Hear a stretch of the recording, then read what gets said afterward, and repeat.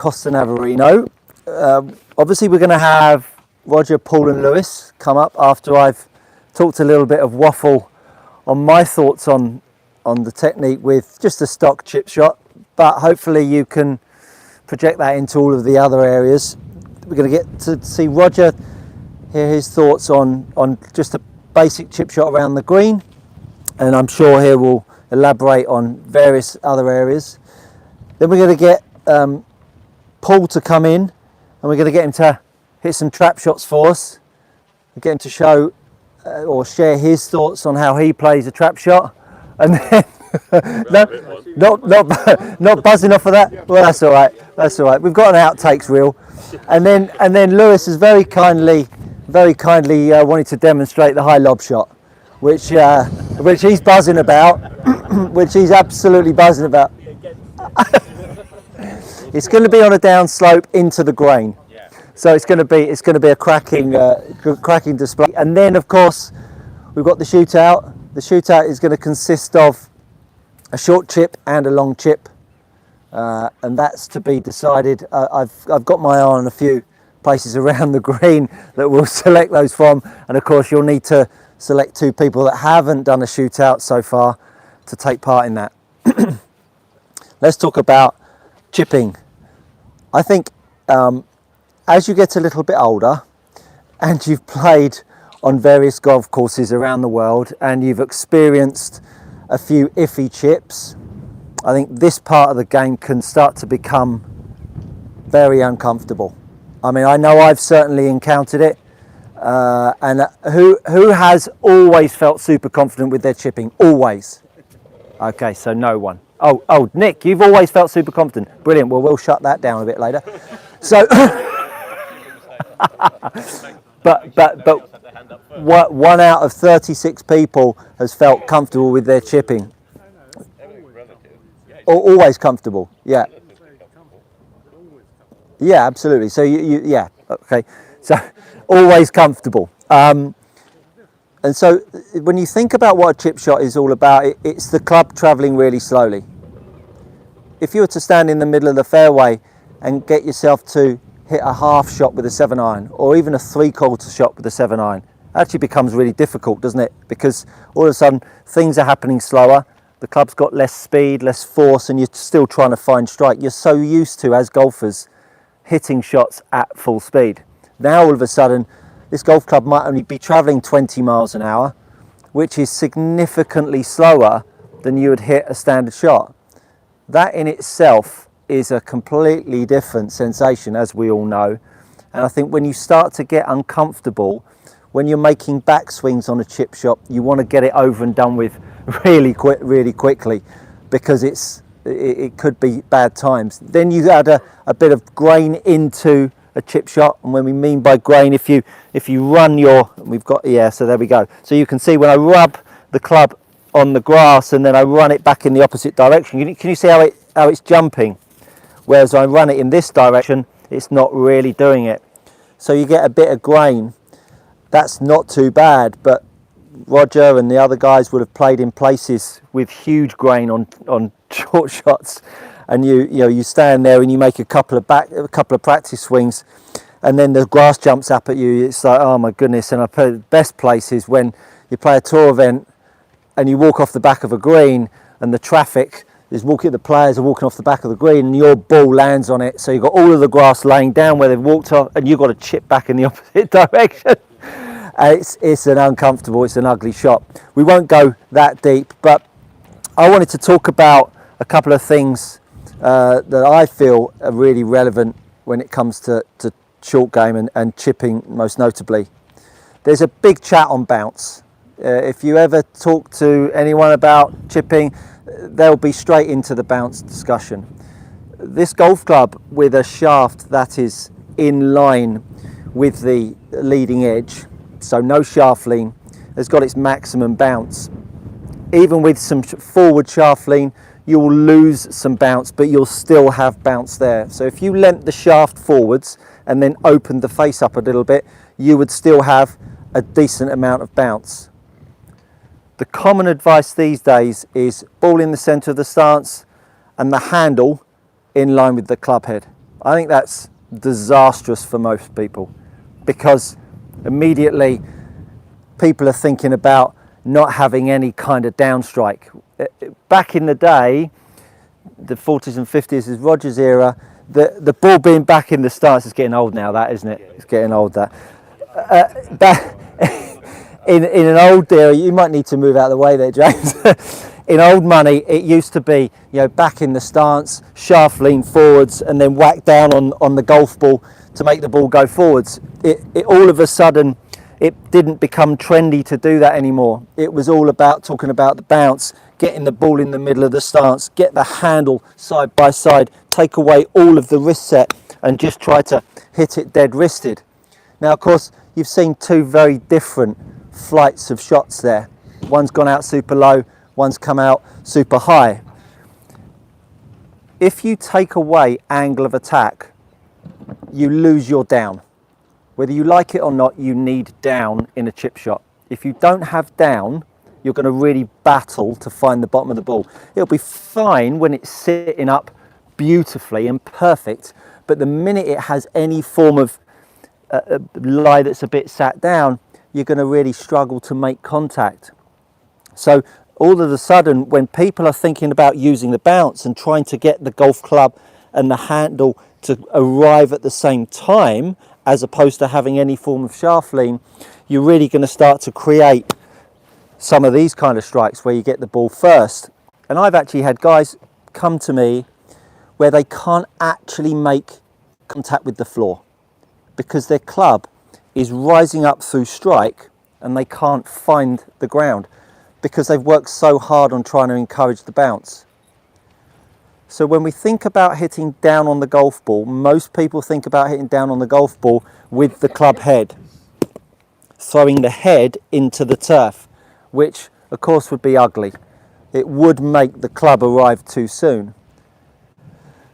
But we do need down. And if you don't have down, you're going to really battle to find the bottom of the golf ball. So if you've got down, you need to have up. Or else if you just push the golf club into the floor, into the ground, and everything gives away underneath it, it's going to start looking fairly ugly. So we've got down, he said to hit down on it, and you start to get all of these differing strikes just because I'm trying to go down to the floor. Well, of course, as I say, we do need down, but if you've got something pushing back up, and Lewis talked about it a little yesterday about using the ground, if you've got a force coming up through your feet and through your legs, so my feet are pushing up and I'm pushing the handle down, now all of a sudden I feel like I can hit the floor, but it doesn't feel like I'm going to go to the earth's core. So when you see people chip poorly, it looks something like this. The knees give way because they're thinking about getting the ground, and then the next thing that happens, the knees give way and they give it a scoop and they pull their arms in.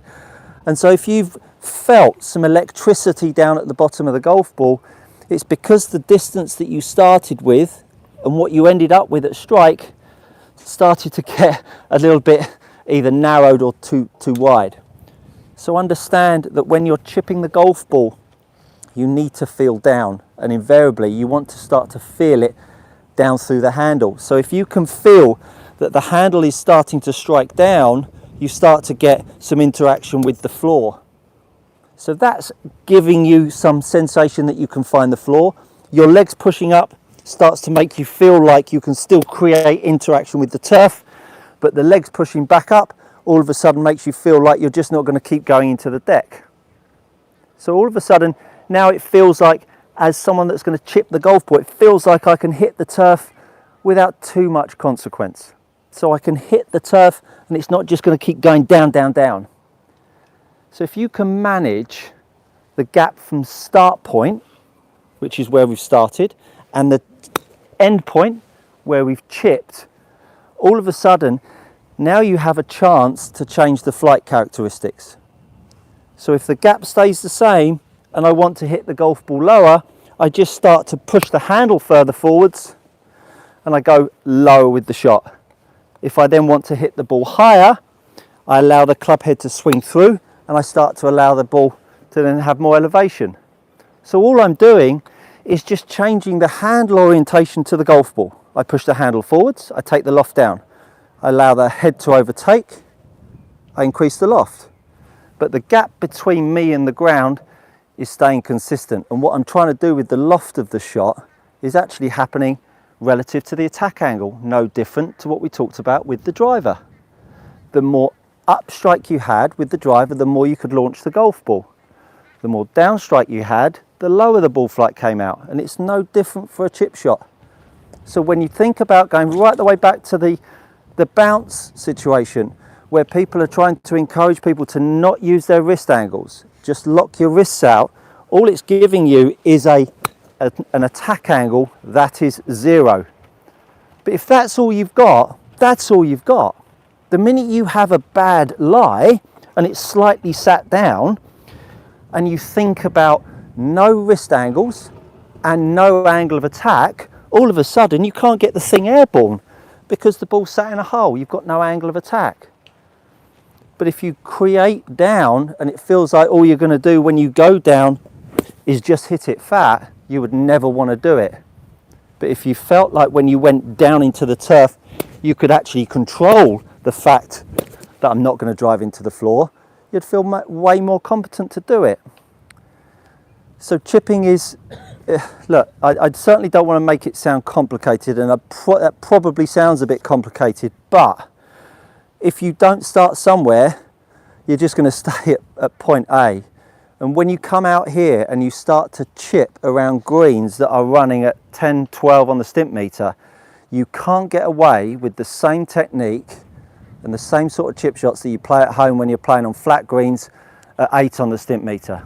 And that's why when you're watching Roger and the guys, the better players, they've got flight, they've got spin, they're hitting low ones, they're hitting high ones, because that's what's needed to make the ball find the hole. But if it's just getting onto the green and it wants to be one-dimensional, you're better off taking out your putter, because honestly you'll get far better and just learn to hit it harder or not hit it harder.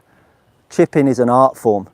And when we were kids as juniors, you just spend hours and hours and hours and hours on the short game area, and you learn this sort of stuff. And then when you start to become a coach and you understand a little bit how it all works, it's fascinating. And I went from I stopped playing because I had flat out yips with my pitching and my chipping. And to stand here now and demonstrate that in front of you makes me believe that I absolutely know that this stuff works, because if you've had the heebie-jeebies with the chipping or the putting, it's nasty stuff, man. It's nasty, nasty stuff. So understand that it's got purpose. We need to understand where we need to go with our short game to feel like we can gain some control over the ball flight and the strike and the spin to make the ball go close. Did you understand some of that? I know it went a little bit deep at times, but I think it's really, really important. Again, we're now going to go to someone that probably has never thought any of that, and I might be wrong. Yeah. I've had the heebie-jeebies. Right, okay. Oh yeah. Yeah, yeah. It's horrible. Yeah. It's horrible. And, oops. So when we talk about heebie-jeebies, it's electricity in the fingers. It feels like the club is, you don't know what it's going to suddenly do at strike. And you could do anything. I could leave it in front of me, or I could hit it over the back of the green, and I can name exactly the shot that it happened on, and that was it. It was the undoing of me. But anyway, what's right? So you experienced it. Oh, I don't want to talk about it too much. No, please don't. Yeah, but you had it at a point in your career. You learn to get through it, and one of the things that I've done is I have a very weak left hand now. So when I'm just chipping normally, so the right hand doesn't overtake the left hand. Right. Because when you've got a normal grip, it can do that. I feel that when I've weakened off the left side, I can face the shot a bit more. Yeah. You get that? Yeah, absolutely. Absolutely. And I've sort of said a couple of, George, you were today, I saw him chipping, and it was, so I said, just weaken off your left hand, and then all of a sudden it was just popping up and coming off the club head slowly, floating instead of going in quickly. Yeah. So literally, and it's. I think it's just an extension of your putting stroke for me. Yes. Just around the greens. You don't want, you don't want to break your wrists, and I think it's just a straightforward. No just arms. Yeah, see, and it's interesting, isn't it? I mean, that's what Roger feels, but we can clearly see him setting the golf club, can't we? But to him, Yeah, his feel is like no wrist angles. So what club have we got in our hand first I've of all? got the 56. And which one are you going to go for? Let's go for the very furthest back one. Oh, the furthest back one? Yeah. Okay.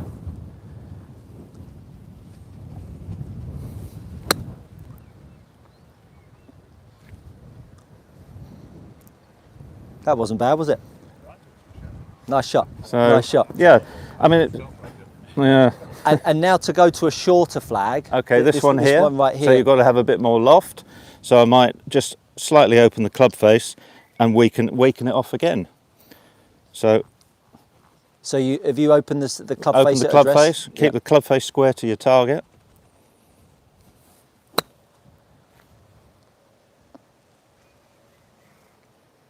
Right, wasn't it? Simples. You've just hit the high lobber there. Lewis is most distraught that you've. You want a high lobber?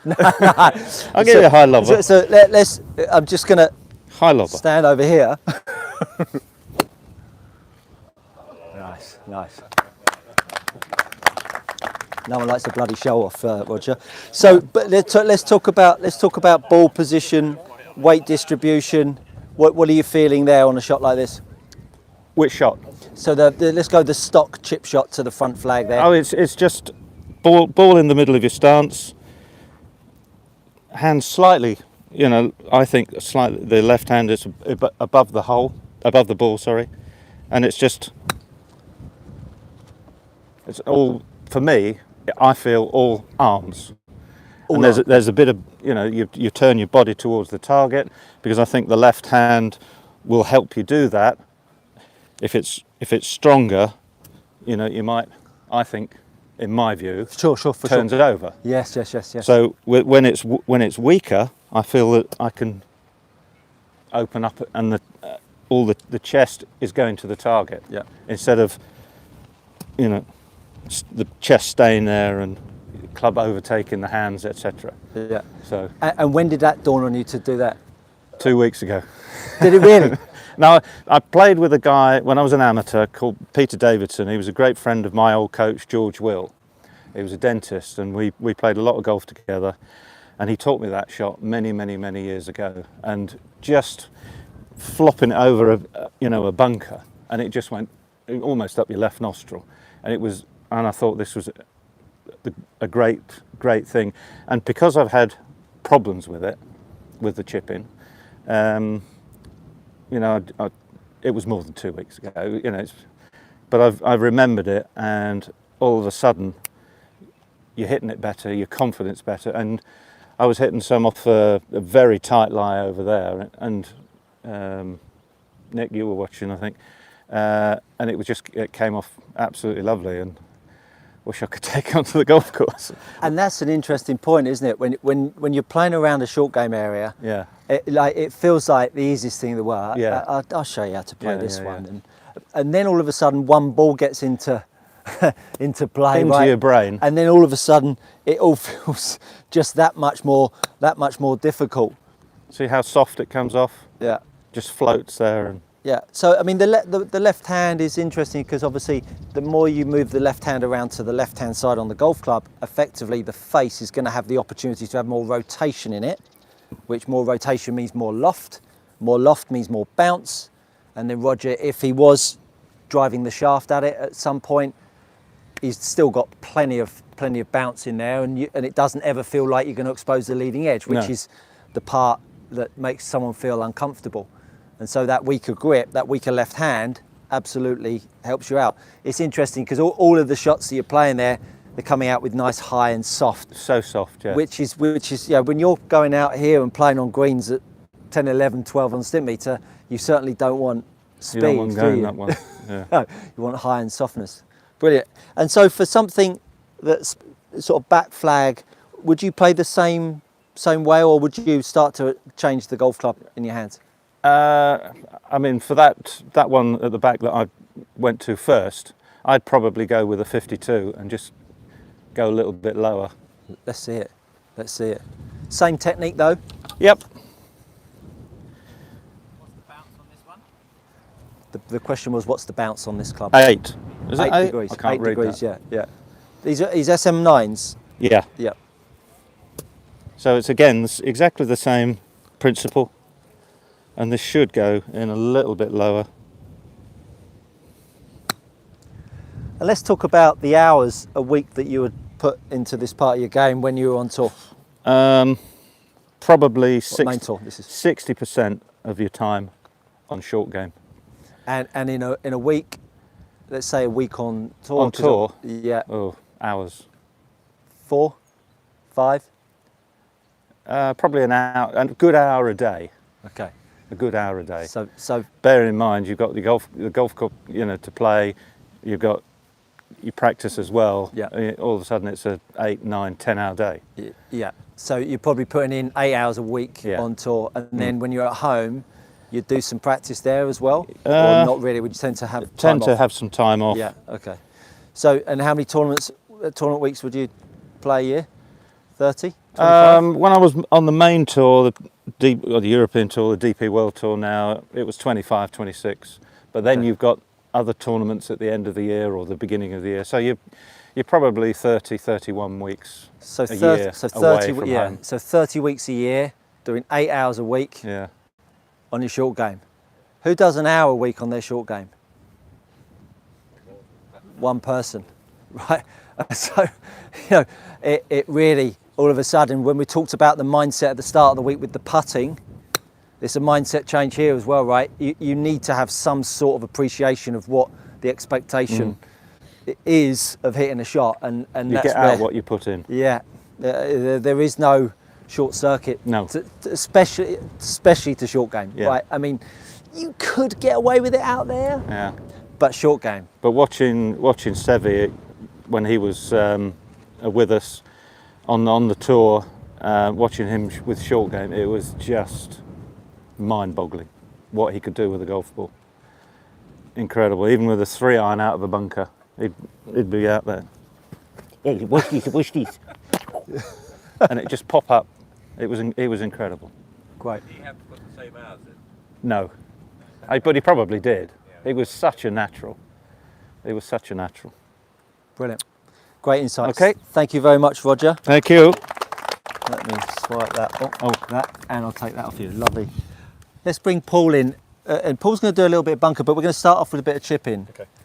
Because he was super nervous about doing this. So we're going to expose him for that, because growth comes from staring into the abyss, right? Please, Jeff's got a question. I don't need it. Just a very quick question for Roger. To my mind, you were standing square feet, square hips, square shoulders to target, and your weight appeared to be 50-50. Now, the amateurs can talk all sorts of things about what you should do in setup for chipping. What were you doing there? So the question was, Roger was standing square, weight was 50-50. Lots of amateurs get taught many different alignments. Sorry. Could you add to that question? Yes. And where the ball is in the stance as well. I've always had it in the middle. If I want to go in low, then it's got to be off the back foot a bit more, because you want the hands ahead of you. So still a 52. If I want to go in a bit lower, you just close down the face. In answer to Jeff's question, it's a little open. If you come here, and it would, for me, it wouldn't be square to square. It's a little bit open, and hips and shoulders open a little bit. But again, stance, the ball in the middle of the stance. Look at the smoothness in transition from when the It's golf not- club. It's not a. The golf club has got to go back, and then it's got to move back down. You've got a light end and a heavy end. You suddenly accelerate that handle end, things start to get out of sequence. It's like syrup. Yeah. Roger's backswing to downswing, because he's trying to make the golf club move in time with what he's trying to do. But of course, you get a bit uncomfortable. Yeah. That starts to feel a little bit. I mean, I always remember Bruce Forsyth on the Generation game, and he was playing. He says Alexander Cadogan. He says it's not Bert Pratt. It's Alexander Cadogan. And I think that's Absolutely, It's got, absolutely, you know, absolutely. Brilliant. Sorry, you're not consciously loading any weight no, on your front foot. no. Only if I want to go in low, then I might put a little bit more weight on the left side. Brilliant. So, Paul. You're going to see something different now. So what's the shot? I mean, look, I I said at the start of the week that the mentality of a player, a full-time player, can be as fragile as a 28 handicapper, and I don't mean to be disparaging at either ends of the exposed spectrum, but when you start to pry into short game discomfort, you don't want to wake up a sleeping giant, and we certainly wouldn't want to do that with Paul. But well, I can talk you through a story that happened to me. So I, as a kid and as a pro, never ever had a problem with chipping. I could have any chip shot, I'd walk up to it, wouldn't really think about it, would just do it. Then I started playing a lot more on different grasses, and I'd hit every shot that I didn't want to hit. So it really, really went, and my brain had gone completely. And I went and saw someone. He did helped a little bit. Spent 3 months before the start of the Euro Pro season practicing. Felt like $1 million. Played at Close House, and if anyone's played Close House, 10th hole up the hill. Hit it 20 yards short of the green, par 5. I've got the easiest pitch up the green I could have ever had. Could do it in your sleep. I hit the advertising boards the other side on the next tee. So I'd spent 3 months. That's how fragile short game can get if you lose the feeling in your head. So then you have to go work through drills to get it back. For me, personally, anyway. yeah, And a simple thing for me was to go back with a 6 and 7 iron, have chip shots around the green that I had to land on the green, but could I stop them near to a flag? Once I was doing that, then I'd get my 9 iron, then I'd go up to looking like Roger was, back with a sand iron, and it was all fine. But that was what worked for me, that I learned how to use loft again and do it properly, and then use the downforces and hit into the ground and everything like that. But it took a while. So whenever I see someone struggling with chipping, I feel the pain big time. yeah. Same with bunkers as well. Let's see you hit a few chip shots. So I'm just going to just to show you a shot first with a 7 iron, and then I'm going to go to some loft. So I would, sounds really silly, get to somewhere like here, and look at the front flag and think, can I land that almost on the green and stop it near the flag, and feel the sensation that I've got a nice slow feel in my hands. So the likelihood of me stopping this is probably not going to happen, but can I get soft enough in my hands that I start clipping it and then go and get some loft, bit by bit by bit. But even there, from someone who never used to struggle, I felt the nerves over that shot because you're all watching. So it is fragile with short game, it really is. So we try again, really soft, trying to use the loft and just work it to a pin. So now I'd feel a little bit more confident that I could go and get a 54 or a 60. And the importance of it is that hitting fairways, hitting greens, you're always going to miss greens. And if you can't up and down it out of a shoebox at tour level, you may as well just pack your suitcase up and go home, because you're just not going to hit enough greens. And you know, the par 5s, the short par 4s, the par 3s, momentum keeping, you're just not going to be able to hold a card. Yeah, this is a rhythm drill for me. My chipping is massively rhythm. So when I get out of rhythm and I get a lot of shaft lean, so the shots that Stu were hitting when he's chunking the ground, that will be me. And it will be the same. I could go into a bunker and be the same, and everything gets forward, forward, forward, forward, forward, which is what my long game problem is. I've got nowhere to go.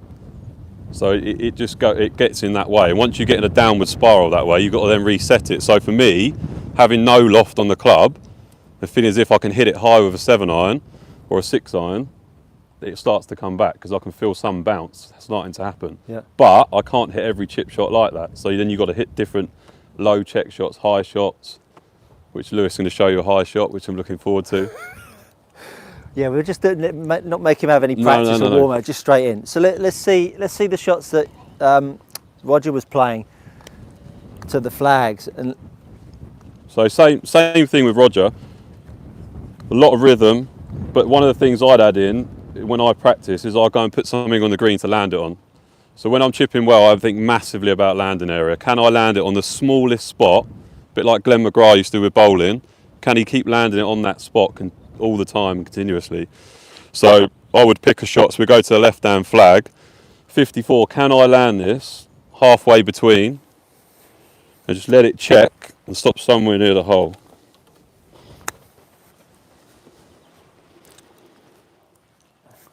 And then obviously different clubs, ball flights, you've got to change where you're going to land it. But who here actually ever thinks where they're going to land it? A little bit? Yeah, good. So That's it's a not big thing. And obviously, if we go back to Pro-Ams, the amount of times I'll play with amateurs in Pro-Ams and I ask them, have you had a short game lesson? No. What's the worst part of your game? I can't chip. So it's a big thing. Stuart's dead right. So we'll try again. So we'll go a little bit higher, so we can land it a little bit further forward. Let's get it to stop. Still with a 54.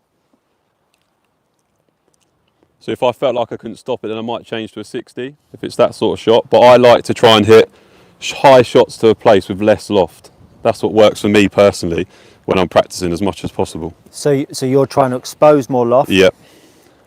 Because he wants flight, he's taken away angle of attack, but he's not talked about taking any set away, whereas Roger felt, I don't want to feel any set.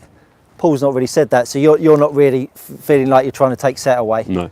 So he's trying to set the golf club and then try and bring his angle of attack down to nothing again. Yeah. Because obviously if the angle of attack returns back to nothing, he's got loads of loft. And so the ability to return the angle of attack back to zero, like the driver, is freedom.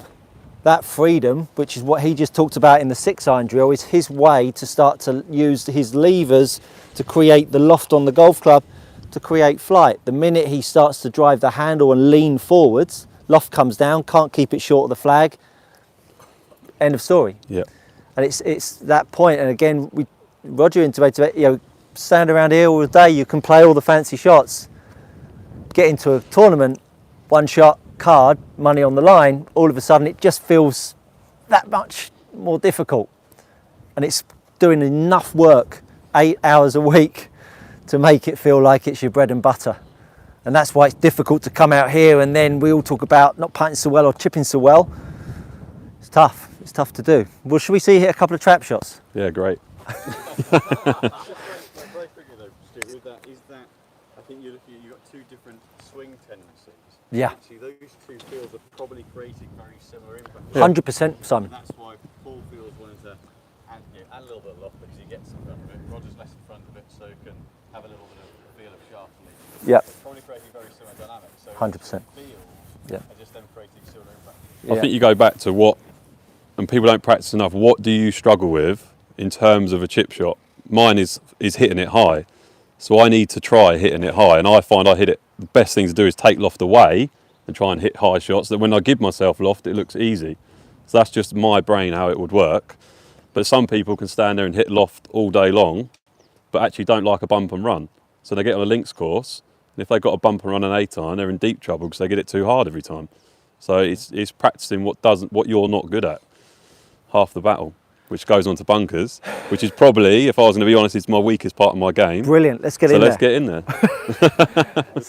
Which is good, isn't it? Roger's sitting there. Thank goodness my job's done. So we're going to make our way into the bunkers. What loft have you got? What loft have you got in your hands there, Paul? We've got a 54 and a 60. 54 and a 60. Who uses a 60-degree wedge out of the bunkers? Hands up. Who uses a 60-degree wedge out of the bunkers? Okay. And who uses 56? Okay. So probably more. 58. Okay. So all right. 58 and 60. Hands up. 55, 56 and below. Okay. Yeah. Yeah, green side, yeah. So it's about 50-50. It's about 50-50. So which flag, if you were green side here, would you go from your 60 to your 55? 56? So I would say anywhere past halfway, I'd probably go 54 or 56. I'd start to, for me. Okay, so sort of 25 Yeah. yards and beyond. Yeah. Right. So let's talk about setup, because funny story. So my dad and I, we had this video, and it was Peter Allis, and he talked about the splash shot, right? Yeah. I mean, I was like 12 years old. Get in there, open the stance up, cut across it, and we played golf one day, and we got in there. Oh, we'll try the splash shot, and I thinned it out, and we had to hit a 7-iron to come back to where we just hit from. So often you hear about people trying to aim left Yeah. and open your face. Yeah. Who plays that kind of technique? Okay, don't be shy putting it out, because this is all about learning, man. So that is this how you're going to set up? Well, it depends. I can play that way. Sure. Probably as I've learned and met better players, and you stand and talk to someone like Roger, then you learn other ways of playing, basically. But that was always the way of playing. Absolutely. And of course, if we think about it from a orientation perspective, if this is the straight line with our body and we've moved it to the left, and then the target's over here, that's the foot line. Let's just say, it's not quite this way, but let's say that the foot line is the path line. And then you make your target over there. You're now going to try and swing your club that way because the target's over there. How difficult is it to swing it super far left? And invariably you then start looking at the target and you start getting your path way too much inside, hitting it fat and thinning bunker shots. So I think that was very early on. I think bunker play has gone in a totally different direction, which maybe I'll touch on after Paul. So just tell us how you think about your bunker play with your setup first of all. Setup for me, I quite often get in a bunker, and when I start to get bad, it starts to sit back. As soon as I start sitting back too much, the ball doesn't go anywhere. So I start hitting bunker shots that just get over the lip. No good most of the times. The distance control becomes bad, and I feel like I lose my speed. So I always try and feel like I get more into my left side and get as low as possible. If you watch Spieth is ridiculous. He almost looks like his bum's going to hit the sand with how low he can set up to a thing and hit it as high as possible. So the amount of people and amateurs you'll see get into a bunker and almost the heels off the ground, and they're there, and you think, well, if he gets this out, he's got to be a magician with his hands to have any chance. So setup becomes really key, that you could try and feel low and get some pressure down into the sand. So does anybody know why we'd like to have the handle low in a bunker shot? Sorry? Yep, that's one point. The other thing is that invariably golfers open the face. Beautiful. So lowering the handle with an open face now makes the loft, not the leading edge, the loft point at the target. So the more open you have the club face, as you lower the handle, the loft then starts to look at the target again.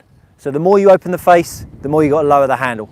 The more you lower the handle, the more you open the face, the more the thing keeps on going up, which is why Jordan Spieth looks like he's going for a poo. Yeah. That's how I poo anyway. Yeah. Not sure you needed to know that. So anyway, so hit us a couple of trap shots to the front flag.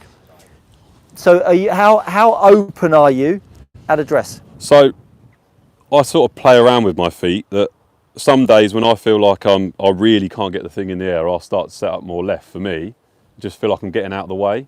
Yep. And so I've got some speed and somewhere to go, because obviously in a full swing we can stand square and then create the speed through the ball. When we get here, it's nice to have somewhere that's out of the way so the speed can start to happen.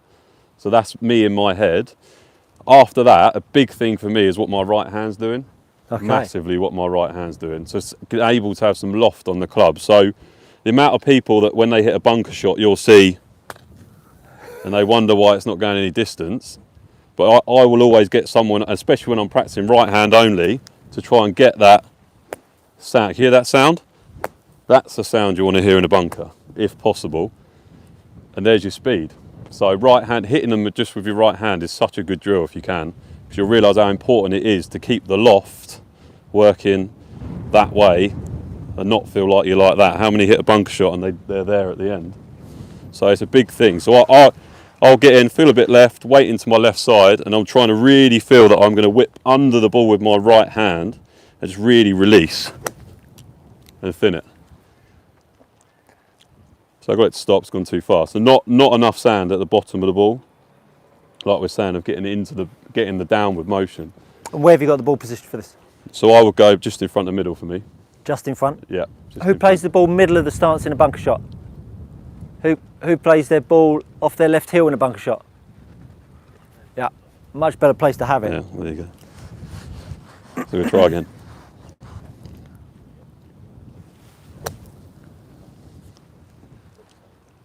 Well, for someone that feels uncomfortable about bunkers, I mean, they're two pretty, Yeah, they're okay. pretty They're tiny not too shots, bad. aren't they? Not too bad. Probably the worst one for me is catching it a little bit clean, and almost the anxiety of feeling a bit up through impact. So it's never feeling like that. That's why that right side for me, to try and feel like it's whipping and releasing and going up to the sky, is a good thing for me. Yeah. Roger, anything to add on a bunker shot? Such a tour player's answer. The interesting thing today is watching someone in a plug lie. So quite a lot of sand in these bunkers is watching someone when the ball sits in a plug, Yeah, that's more like it. how much they start to panic. Deeper? I can go deeper. So James has hit one today, and he was up the face in a plug lie, and he was going to play it completely opposite to how I would have played it. So a lot of people here would still try and open the face. You can't open, well, I say you can't open the face when the ball's in a plug lie. You've suddenly got to get steeper, face has got to be shut, ball's got to run up. It's going to come out with a bit of topspin, but if the ball's there, actually to that front flag I've got half a chance. Yep. It's going to go up in the air. If we're back there, then we've got problems. But generally if it's going to plug, it's going to plug up the face. So we're going to get into the hill and shut it down as much as I can. And then really we've got to be aggressive into this. Yeah, so that Nice shot. that there, that's worth the for a lot of rating. people that would intimidate them, Yeah. but actually most pros wouldn't. It's not too bad if you're up the slope with a plug lie, and then the technique becomes shut it, hit it as hard as you can. Really, is what I would say. Plug lie flat, we panic like anything. So if it's back there, you could potentially open it up a little bit. If you've got enough speed, you could get it up. But to that front flag, it becomes get it out, give yourself 20 feet, really. Yeah. So we can shut it, but I reckon possibly could play it square and open from there, plugged in flat, just about. I saw in Australia, I saw Jeff Ogilvie and Stuart Appleby practicing shots that they'd learnt off Greg Norman. Yeah. And Roger, have you seen this one? Shut it down and hit it out the shank? Right, yeah. I think you should have a go at it. What, shut it down? Shut it down and hit it out the shank. Yeah, you should just be shank, yeah. No, I'm talking like that. What, really, really? Yeah, at 45, yeah. And try and hit it out the shank. Ooh, Not bad. Not bad. more speed's needed. More How slow it came. Yeah, absolutely. Soft, huh? Yeah, that's it.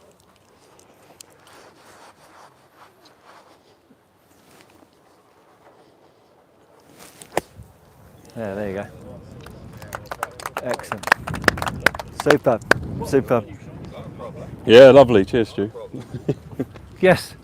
So, what would you do? So I've got these spots where say there's water long. So there's water long here. So there's Yeah. So the thin one that you're scared of is the same as me. Yeah. That's going to result in a double bogey. What can you do to guarantee that you get out and you don't play that slightly Well, thin the one? biggest thing for me is you've got to stay low. So the feeling of getting down, where Spieth's down to the ground, that would be my first thing, and making sure that we're going to take some sand and get the sand out the bunker. So if you're not getting sand out the bunker, generally the ball's not going to be coming out. So big thing with the amount of sand you're going to take, really.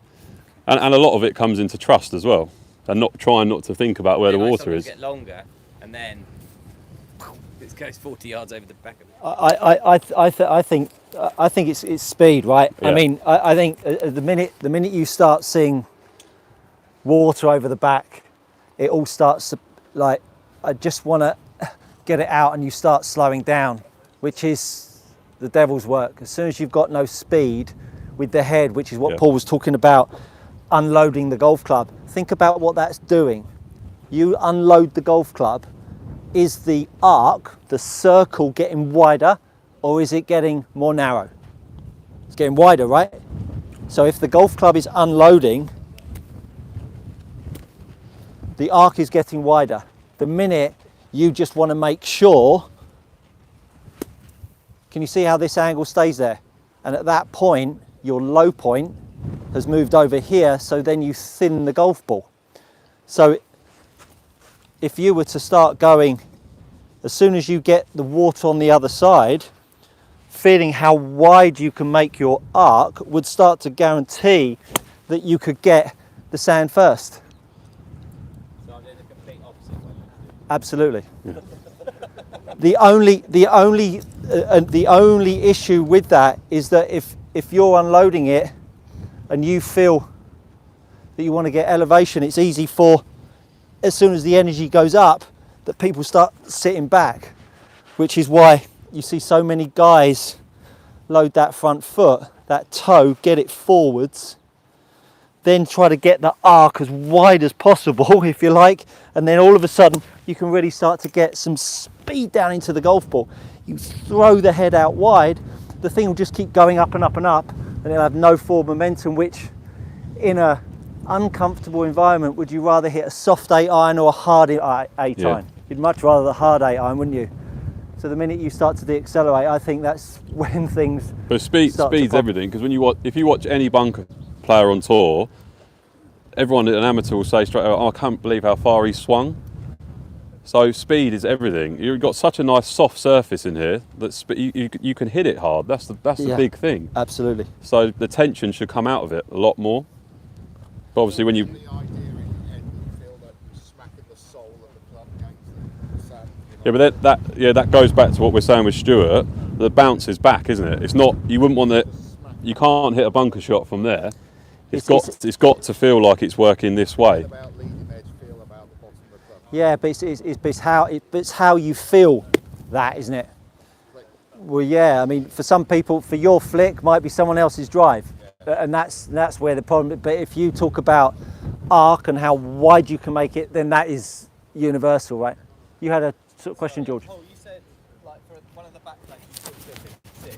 So yeah, we just said or for even a 50. I'd even one of go the to a back 50. flags. Are you still looking to fly it the whole way there, or is that more you're looking to get a bit more sand and chunk and run it, as it were? Well, it's slightly dependent on the shot. Yeah. But I'd say if you played 6 rounds of golf, you might get one long bunker shot. It might be 40 yards, 50 yards.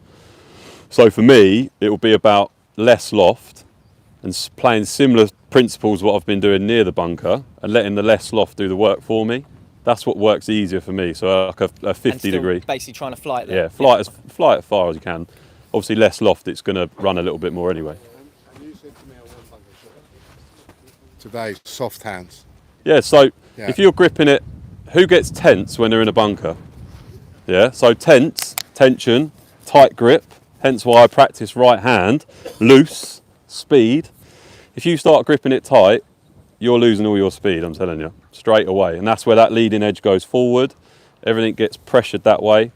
Got to grip it soft. When you look at them on TV, they're really looking like they've hardly got hold of the club, so it really wants to feel like it's under releasing and working. So grip pressure's big. Yeah. So let's see you hit one more, because I can see Lewis, he's giving me a nod. He wants to get in and hit a few high lobbers because he's excited about it. We're going to try a long one, or? Yeah, let's go to that back right flag. Was Lewis missing in action? So we're going back right flag. Yeah. So probably, if you ask most pros, hardest shot in golf is a long bunker shot, generally. Yeah. So we've gone 54, 54 degrees. 54 degrees, similar technique. We're hoping the less loft is going to work for me. And we'll see if we can get it to go a bit further. Or we could thin it. We'll get that one back later, Yeah, Paul. That's cheers. absolutely fine. The beauty with that shot is that everybody knows what it feels like. Yeah. So you're not alone, buddy. You're not alone. Oh, yeah, that was nice. Bit long. Just a little bit long. But that's why it is the hardest shot in golf. Slightly less sand. Slightly less sand. But still hoping that the less loft does the work for me. Very good. Well, thank you very much, Paul. Cheers. Good insights. Now, where's the Instagram sensation gone? Oh, is he? So let's find a downslope with some grain and. Oh yeah, it's back here, Lewis. Let me just get a 500 balls over there, and then we can really get into it. I think everything's been covered, isn't it?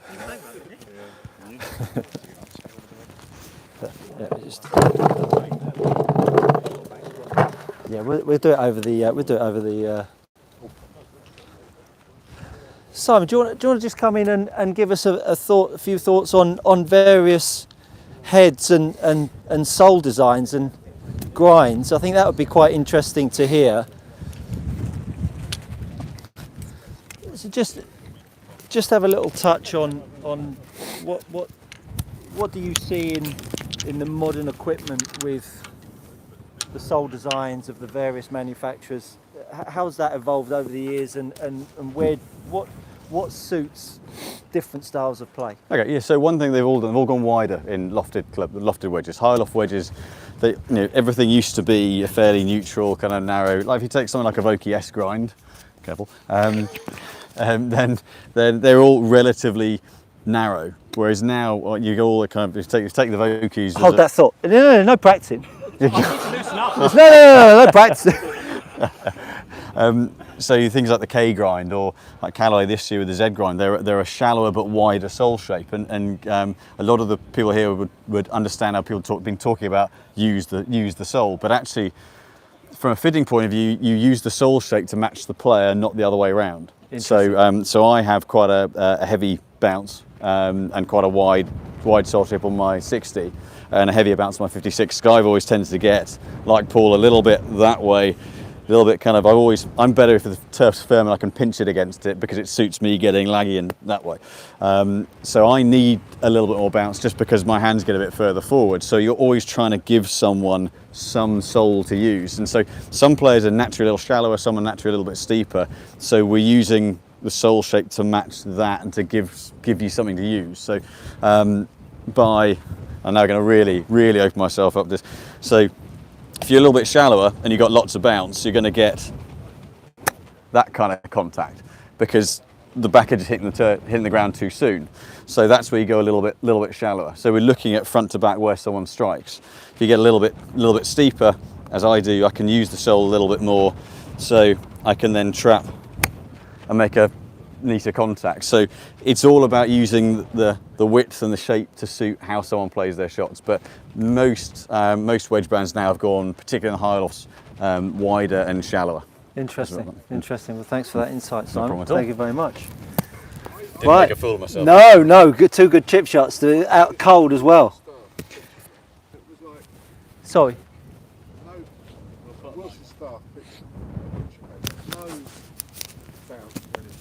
And you could do anything with it.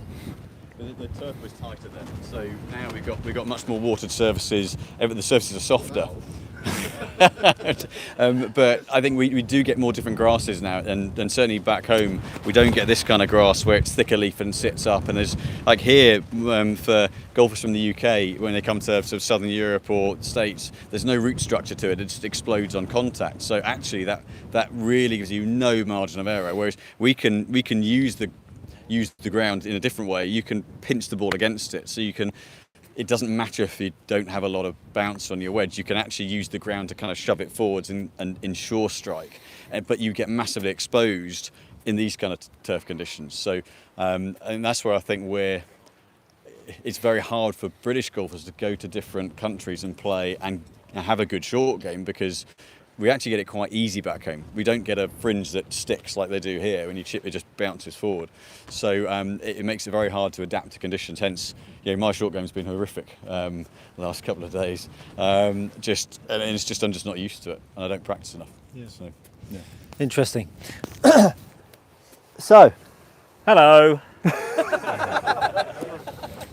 I think, you've got 56,000. I'm trying to slow that down because obviously we should get those 56,000 watching this, because that'll probably go up to 100,000 like that, won't it? Probably, yeah. Anyway, so high lobber.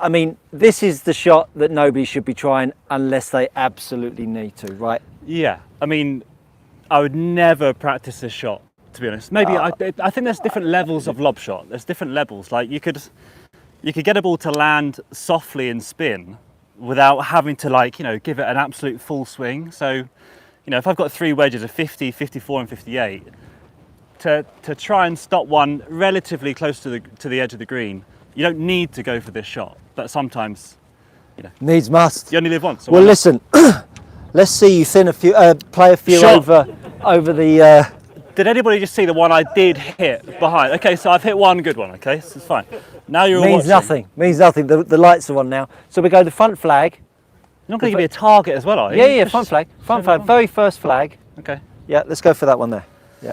Okie dokie, yeah. So let's just see you play them first, and then we'll talk us through your technique of playing it. It's a bit clunky. All right. And again. The shot that and I've jested. The shot that we're all feeling is straight out the belly into the face of that bunker, Yeah. or where Paul hit his bunker shot into the trees over the back. Yeah. Those are the two. And unfortunately, as soon as you put yourself in this environment, you sucked into playing it. As a good player, you sucked into playing it because it's like that's the only thing you've got open Yeah. to yourself. Exactly. Is there anything that you're going to do to try to not thin it? Because that's the only one that can really get you into trouble. Yeah, so it's funny how when you listen to the other guys talk about their chipping, I've been very similar with my chipping. Like it was a bit of a struggle last year. I've generally been a very good iron player, but my angle of attack last year got up to I think I was almost 7, 8 degrees down sometimes. So the flight got flatter and flatter, and my chipping just went to absolute pot basically. So it's interesting that you said in the bunker a minute ago, there's lots of tips and ideas, but equally one feeling for me could be a completely different feeling for you, right? Yeah. So I did practice a lot with like Paul. I didn't go to a 7-iron and try and add loft that way, but I certainly practiced more with my 50 and tried to get really good at adding some loft with the 50. And for me, through strike, I have to literally feel as if I'm almost this way. The reality is the handle's almost kind of on the front edge of the ball. But when I was chipping badly, I would literally, I can't remember who said it, but the front knee would drop forward, the weight would go further forward, the ball would go further back, and it would just get steeper and steeper and more jabby. And so I had to literally try and feel the complete opposite. So trying to practice with a bit of loft did really help. So this shot, as uncomfortable as it's going to make you feel, Yeah, actually is part of exactly. the It helped the rest of it. that's going to help the rest of It it. helped the rest of it. So yeah. we're on a slight downslope here, which has added the difficulty, which is Yeah. obviously why we're here. Yeah, brilliant. And so the ball goes further forwards. Yeah, ball goes further forwards. There is more weight on my left, so I'm not trying to, I've got my 58, which around the green is probably my least used wedge is my 58. I'll always just use my 50 or 54. Even if I'm trying to play a medium flight, softer landing, spinny shot, I'd go 54. I don't think I've used the 58 yet this trip. 'Cause Really? I just don't really need it. Interesting. Don't really need it. Okay. But, And so the set in the backswing is giving the club head some speed down Yeah. at the bottom of the ball. Yeah. so Hence why we see a longer backswing in this one. Exactly. Yeah, Yeah. and obviously like Roger said, I do actually have a slightly weaker grip with the wedge play, just to try and help me promote a bit more of an open face. I think my face got so shut in my full swing that I started hitting more and more down on the ball just to help it go straight. So I tried just softening the two angles out a little bit more. So the angle of attack now is more 2 to 4, so much more reasonable. Flight's a lot straighter, and it has helped the chipping kind of come back. But in terms of the speed part, which is kind of one of the part I wanted to talk about, I feel like all the speed is in the head as opposed to having too much speed in the handle. So I feel like, when I used to deliver too much shaft lean, I would try to keep my handle speed up to try and guarantee a bit of shaft lean and a good strike. But really, it just left me with basically like what felt like negative bounce. So I had to be so good with low point to actually chip well. Whereas now I feel as if, you can chunk it, but they can be good chunks. Do you know what I mean? Like, it's not a completely fat shot, but it's almost like there's a bit more leeway on where your low point can be. Does that make sense? So now it feels as if the head is traveling faster than the handle. It feels as if the club's like over there and more like that way, rather than trying to keep all your angles straight. Leverage is good. Let's see it. Talk amongst yourselves. I'm just going to hit a few.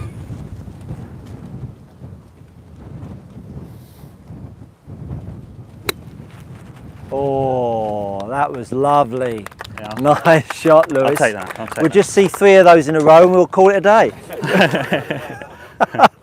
That was lovely. Who enjoys playing this shot? You enjoy it, but the rest of you, not really, not buzzing off of it. Fly! Oh, so you're too cute. So and close, one more, yeah. and one more. And who else plays? Who else plays with their grip in their short game, either weakening it off or strengthening it up? Some nods, most no. Hey, there it is. That's the one that we all paid our money for. That's me trying to go faster. There we go. Carl, we can't end on that one. Let's go one more because everyone's dying to hit some chip shots in this shootout. Come on, hit it stoners, Lewis. Ah, That's all right. Good stuff. I did a Listen, couple of good ones. Tough. thanks very much, Lewis. No problem. Super No stuff. problem. That's a tricky shot. Downhill lie. Bit of grain there. So, hopefully you enjoyed the clinic and you learnt a few tips and tricks that will serve you well tomorrow. We are now on to the shootout. So we'd like you to all break away just into your teams. Hopefully you've all worked it out by now who's going to be representing you in the chip off. I'm going to set up a couple of stations for the chip, a short chip and a long chip, and then we'll get going. So just give us a couple of minutes and we'll be right with you. Well done. Super stuff. Well done, Lewis. Put you under the pump there. Put you under the pump. Okay, well let's grab those 2 markers. Can I just come in behind you there, George? Just 2 seconds. I just need to grab that. And we'll grab that. All right. So I'm going to go. Just 1 second. I'm going to come across you there, chaps.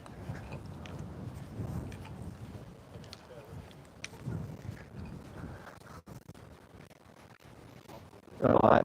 Let's make sure. This is a bit nasty.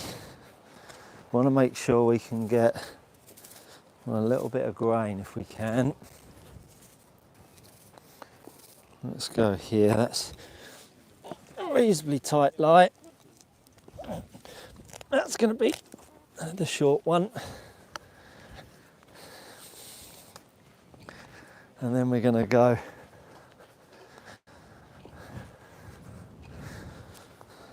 oh yeah, look at that. That's got some lovely grain in it there.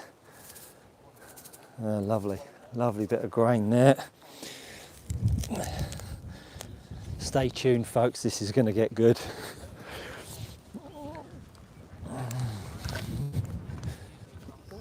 Let's leave that one in. Let's take these ones out. If we could get fantastic. If we could stop hitting now, folks, that would be great. Jason? That's it. Perfect. Perfect. Lovely, lovely.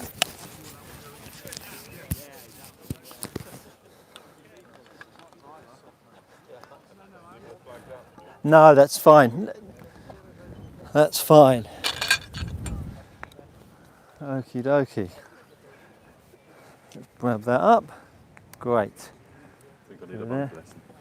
Perfect. All right. I'm just gonna, if you couldn't just hold fire on the chipping now, that would be grand. That would be grand. So I'm just gonna make sure. Yes, absolutely, absolutely, yes. Home training ones. You can use your own golf ball, no problem.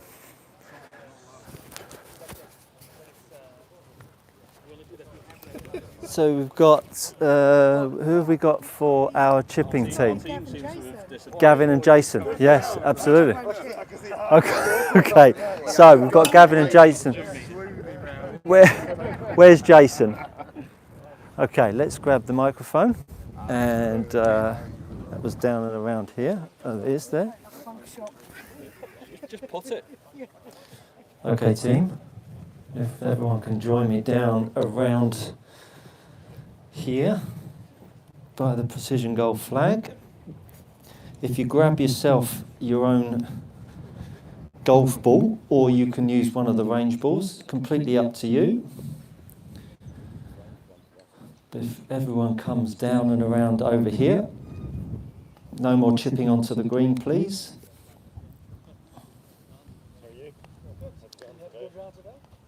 Come on over. If we can get everyone this side.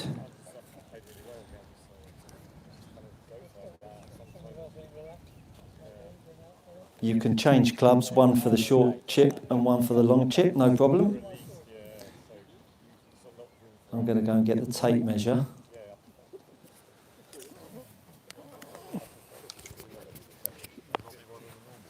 Hold that a second, Paul.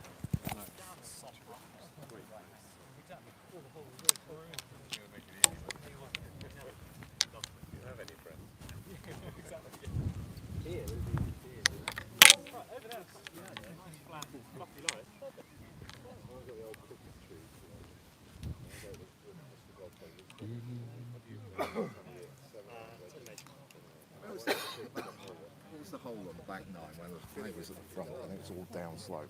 It's on about 2 yards. Oh, 11, yeah, that was an unbelievable flag. A nice little slope on it, pitched by the hole. So I thought, oh, that's all right. It's 8 foot gone down the hoop. That was a ridiculously good flag. In actual fact, we would talk it basically if you hit it, you wanted to go past it second shot, because anything short, yeah, that's when you hit that amazing rescue shot. Probably the hardest chip you had all day, actually. So yeah, that was a very, very, very. Well, I'm thinking about it. You play what you see. There's no wrong or right way, is there, in short game? You play what you see. You can't have a chip shot that you suddenly think you're Phil Mickelson, but you can't play the Phil Mickelson. We have one a bit like this in my challenge. Close to being okay, but just he said, I'm surprised you didn't take rest on it. Yeah. It's all the risk at the end of the day.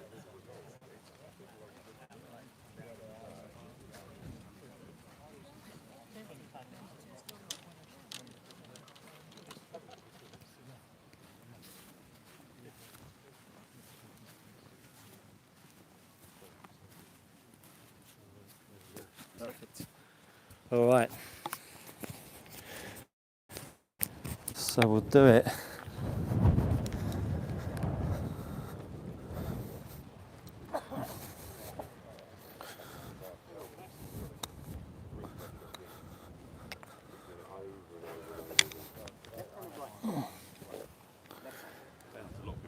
So we're going to do it leaders out first today, as we went last out first yesterday. So it's going to be the Kings up first, then the Bears, then the Knights, then the Woods. And it's going to be alternate. So one from the Kings, one from the Bears, one from the Knights, one from the Woods, and then Kings, Bears, Knights, Woods. Okay, so whoever's representing the Kings is up first. Yeah. Pro first or? Completely up to you. Completely up to you. So the shot is obviously from here to this flag, the short flag. All right.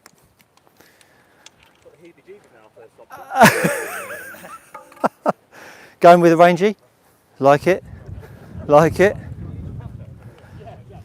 it has to have more than 10 degrees of loft. Well, it depends how he presents the club. Good luck, Lewis. I mean, it's in to win, which is kind of helpful, isn't it? Are you feeling nervous? I'm a little bit now.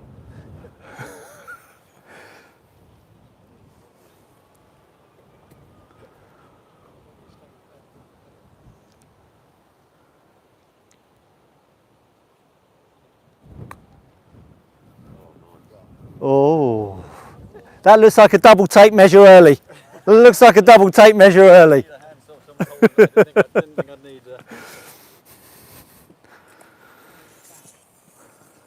No, it's a single. Lewis. It's a single tape measure. You're okay, buddy. Alrighty. So now we've got someone up from the Bears. Who's representing the Bears first? Roger's up, is he? Right. Got to be the left side of the precision golf. But no, just here. Is that where you just heard it from? Okay. It's a bit fluffy for me.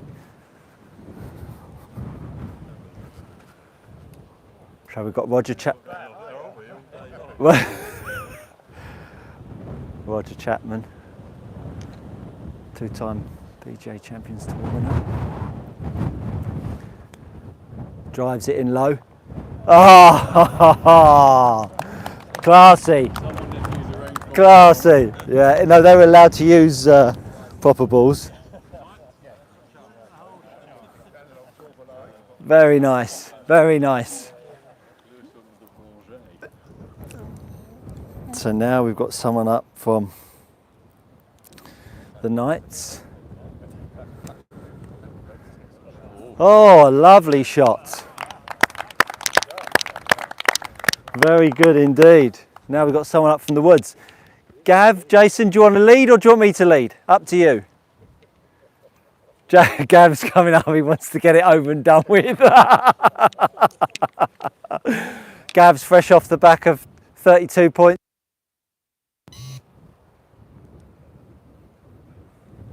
Breathe, Gav, breathe.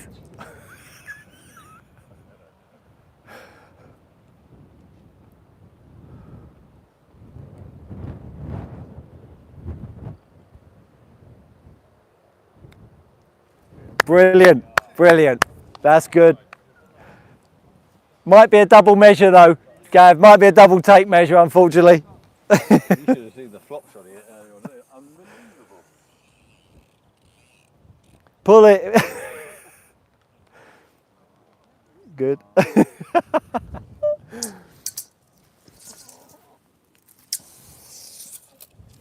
I nearly took your fingers off.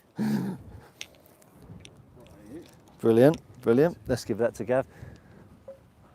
Alrighty. Excuse me, no, if you're competing in the chip off, you can't be practicing. No, practicing. The practice is over. So who's next up from the Kings?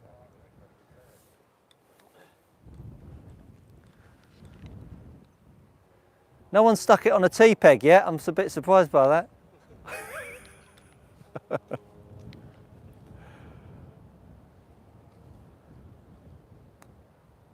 Oh, nice. Good shot.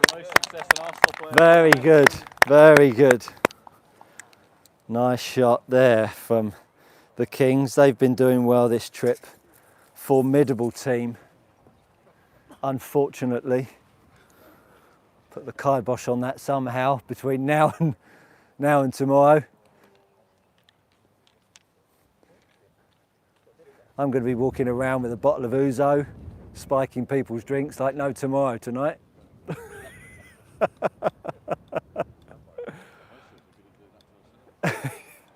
Nick Dendy.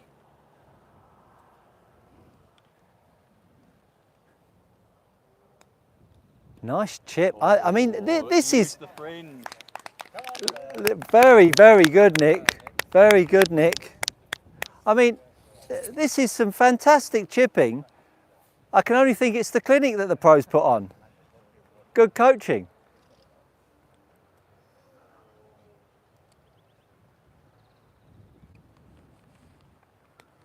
Oh, drives it in low. Oh no. Oh no.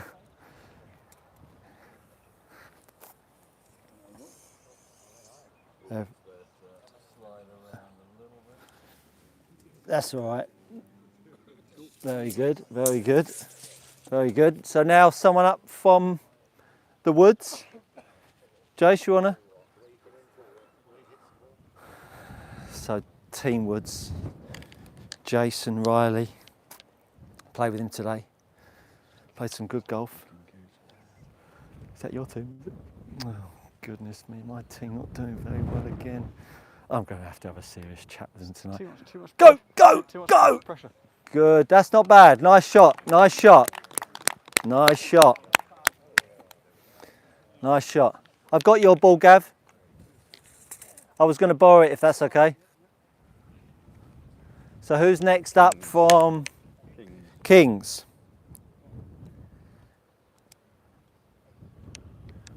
This is Lewis Sparrow's father-in-law to be. What's that? Said he's not going to give him permission. First time his legs have been out this year.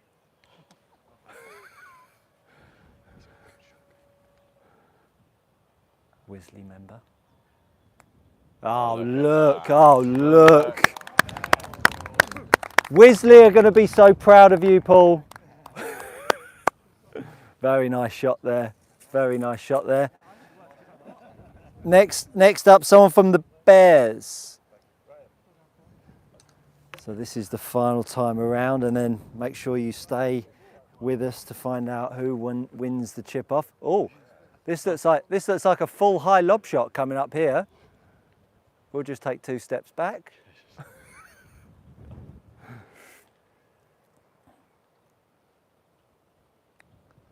Go, go, go! Oh, yeah, not bad at all, not bad at all. And then the Knights. Oh, I'm starting to feel a bit nervous now.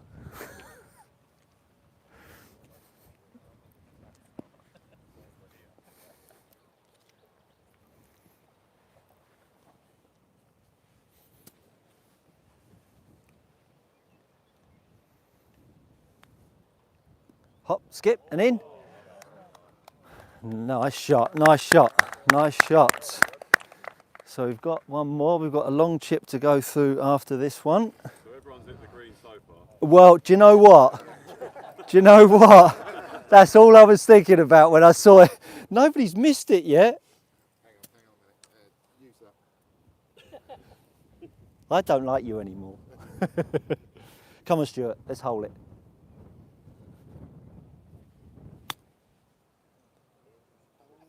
Oh, that was rubbish.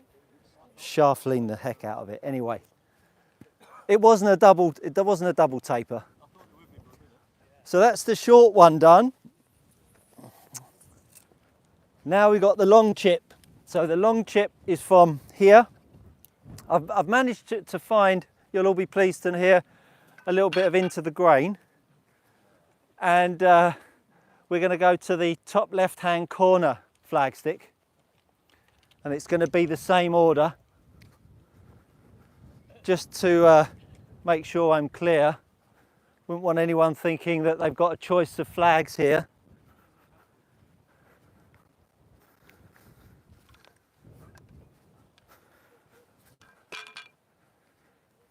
So the one with the flag in, that's it. So we'll have someone up from, who is it? Who is it? Someone up from the Kings. Do you get a mulligan if you pitch it into that bit of hole? We'll cross that bridge if it comes to it. The other side of it, yeah. The other side of it, yeah. Where the grain is, Lewis.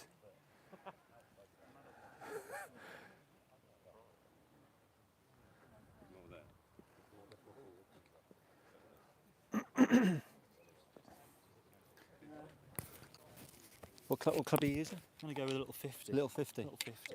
Were you pleased about your first chip? Not particularly. No? Not particularly. I'm glad my teammates both did better than me though, which They is always did, good. they did. Teammates are brilliant. Okay. Right. Ready? Yeah, best of luck. Best of luck. Yeah, best of luck.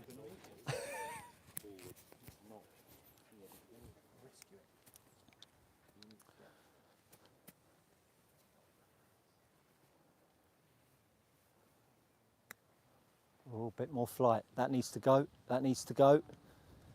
Not bad, Lewis. Not bad. Yeah, not bad. Not bad. Next up, Mr. Chapman.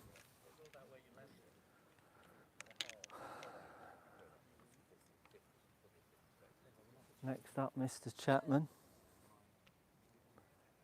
All these points are going to be added to the team scores.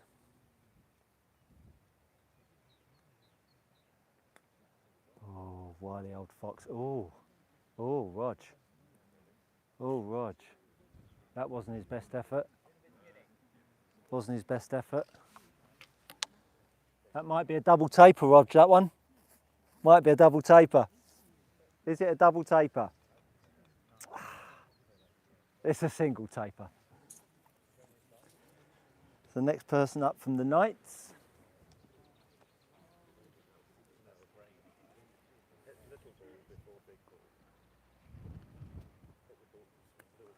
Bit more flight. Oh, that's going to hurt their score. That's going to hurt their score. I think that's definitely a double taper, that one. Let's have a little measure up. Simon and Chris Byrne on the tape. Yeah, that's good. Yeah, let that up. Without chopping his finger off.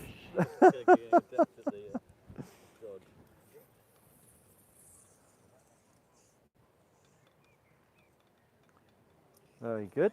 Okay. And then the first one up. Oh yeah, yep. There you go.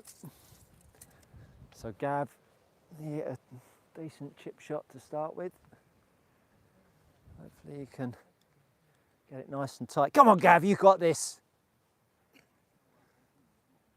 Got a spur on the troops, haven't you? You've got a spur on the troops.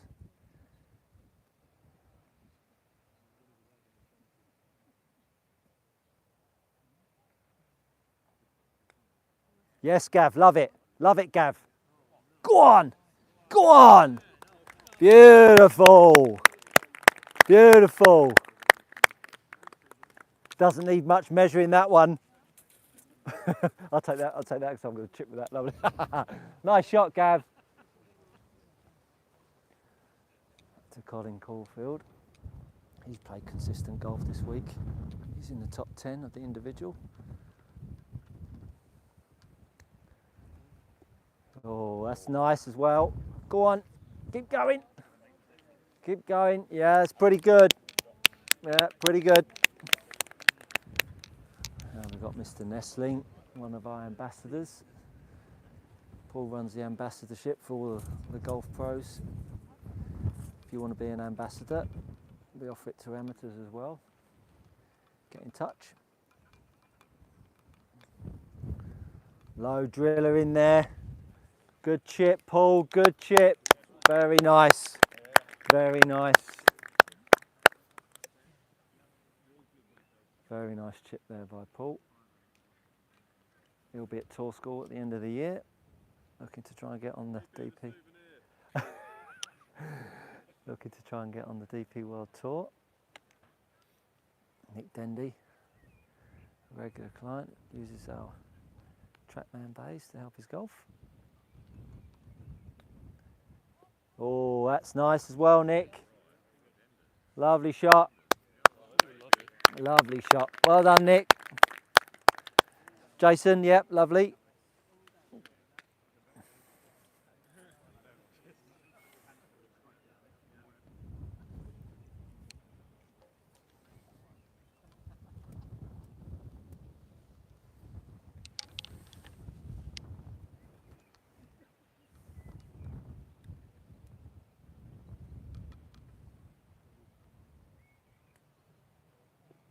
Go, go!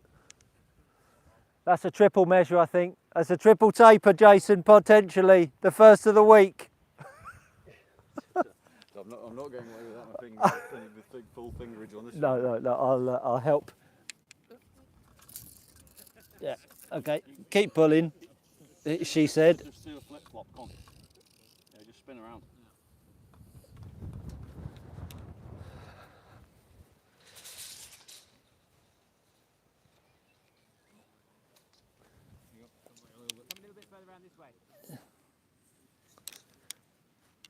Yeah, okay.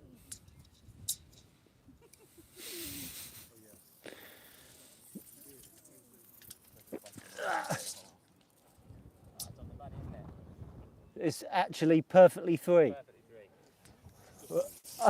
Just under. Knock a couple of more centimetres off as well if you can. So Paul Weston, he played a lovely one of the short chip shot. Lovely one. Trouble is you get one golfer that pulls up super short like we did Jason there, all of a sudden bumps up your distance. Oh!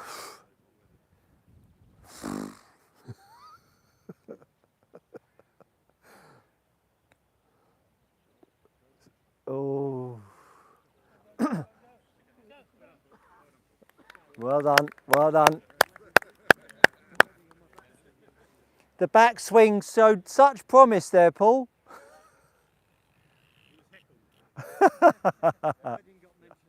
Did it?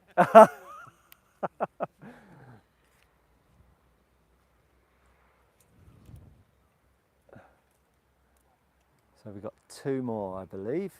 Two more. Stay tuned, we're going to announce who wins it. Vital points. Oh, that's a nice chip. That's a nice chip. Well done. Well done. I'll have a go. One more.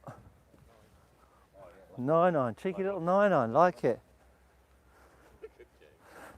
Cheeky little 9-9.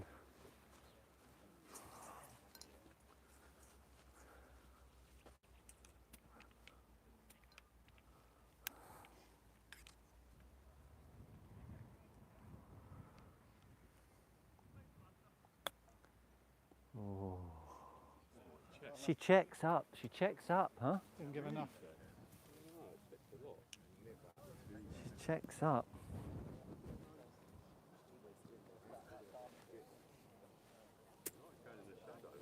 Look at that. I got a 50. After that last attempt, I might do. Yeah. You leave my chipping alone.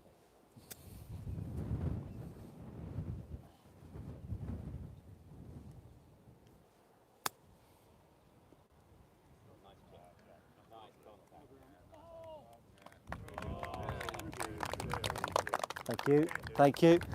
Well, give us 2 seconds. We're going to add those up, and then we'll find out who did what. Well done, everyone. That's not a pleasant thing to experience. Let's get those added up. Thanks for the loan of the golf ball. Tightless blue dot. So, do you want to? There was another Pro V1 from somebody. Should we call have an add up? Yep. There's another Pro V1. Whoever used the other Pro V1. Was you sure it was you, Denders? Pilfered one. Alrighty. You good? Do it straight across. So got 532. Yep. 236. 315. 84. 72. And 1488. 424, isn't it? What? 85. Yep. 152. Yep. 326. Yep. 446. Yep. 193. Yep.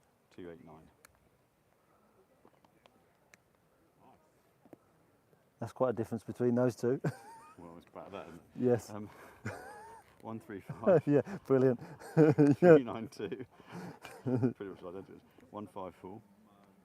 Oh, Do you want to do it again? that's no, that's it. That's good. Yep, Sure. yep, done it. 843. Yeah, 166. yeah. 525.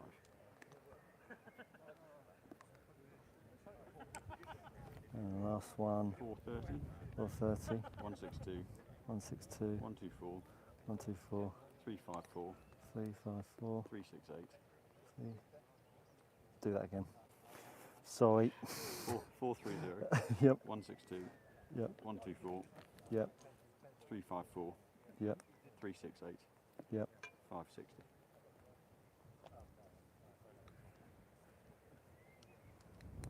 Oh, wonderful. Oh, wonderful. Oh, wonderful. Would you like to announce these, or would you like me to No, announce these? you announce them. You announce them. Wonderful. If we could all get you to gather round, and we'll announce the results of the. If you can come around, we'll announce the results. And we'll also give you a little bit of a down low into what's the plan of attack is tomorrow as well. Michael, you want to come round, or you got a chip? No worries. So, scores are in. Over to Mr. Cooper. You can probably tell from the expression on his face, there's a bit of Groundhog Day. In fourth place, I don't like the use of Groundhog Day, but we'll carry on. with 27 metres and 27 centimetres. Team Woods. Yep. Yeah. Yeah. In third place with 22 metres and 15 centimetres, Team Knights. Well done. Well done. In second place with 19 metres and 98 centimetres, Team Kings. Well done. And with 14 metres and 91 centimetres, Team Bears. Well done, the Bears. Well done, the Bears. Excellent. I'll get those. No vested interest at all. No vested interest at all. Yeah, dodgy counting. So, well done to everyone. Hopefully you enjoyed the chip off and the clinic. Tomorrow we're going to transfer at 7 and 7:45.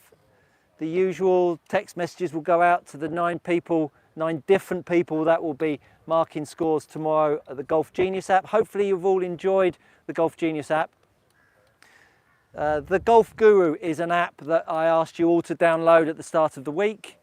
I'm going to be sending out a code to all of you that will give you a 1-month free subscription to use this special app that really helps with golf psychology and changes the way you think. And I think it's really poignant after everything that we've talked about today. It's a really intuitive app. It gives you lots of opportunities to be interactive with the app, but also stuff to listen to in your car and to listen to at home as well. So I really, really encourage you to grab this 3 months trial to try it. Obviously at the end of the month, there'll be no payment, it will just end, but if you want to subscribe and carry on, that's up to you. But that's our little thank you to you all for coming on this trip. We sat down, James, Simon and I, and they were super people, and they've got a big host of professional psychologists that are behind the scenes. So as I say, really reach out and use that if you can. Tomorrow, after golf, we're going to have the par 3 shootout. It's going to be around 120 yards.